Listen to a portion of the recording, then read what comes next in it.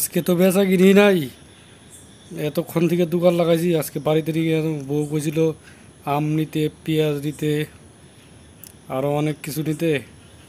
আমি আজকে আর কিচ্ছু নিতে পারবো না। আজকে বাড়িতে যাই, বাড়িতে যদি না মানে একচুট হয়ে দেবো ক্যাশ। আজ্ঞা দোকান করা হয়ে গেছে, এখন কি করুম? যাই বাড়িতে। পেঁয়াজ নিলাম 10 টাকার। যাই এখন আমের দাম শুনি, আম কত করে চায়, দেখি কি কয়। আম কত করে কেজি? এইটা কত? এইটা কত? আম দাদা 180 টাকা কেজি।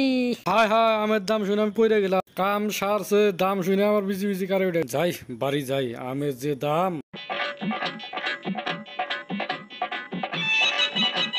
যা গরম পড়েছে, এই গরমে আর বাইক চালাইতেও ভালো লাগে না। আমের যে দাম, আম টাম তো নিলাম না, বাড়িতে গেলে বউ খাবে কি? অবস্থা শেষ।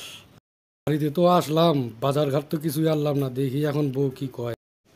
ওই মায়া, মায়া, আম আনতে কইছিলাম আমানো নয়, সবজি আনতে কইছিলাম সবজি আনো নাই, কাঁচা লঙ্কা আনো নাই। কি ব্যাপার তোমার? হ্যাঁ, খালি পেঁয়াজ এনে থুইছো, আম আনো নাই। আম খাইতে হবে না? আমের যে দাম, আমের দাম শুনে আমার অবস্থা খারাপ হয়ে গেছে, এর জন্য আম আনি নাই। এই নে তোর বাজারের ব্যাগ, তুই নে নিয়ে জাগা। আজকে রান্নাও নাই, খাওয়াও নাই, বাজার নাই, কোনো কিছু নাই গে। প্রতিদিনই 2টা-2:30টার সময় আসে বা আনছো, আজকে তোর খাওয়াবো ভালো করে। আর এই কাজ করেন না, দেখেন বাজারে বাড়ি ঘাট, বাজার ঘাট নাই না, দেখেন কি পরিস্থিতি। আমি যা ভুল কাজ করছি আপনারা কোনোদিনও করেন না।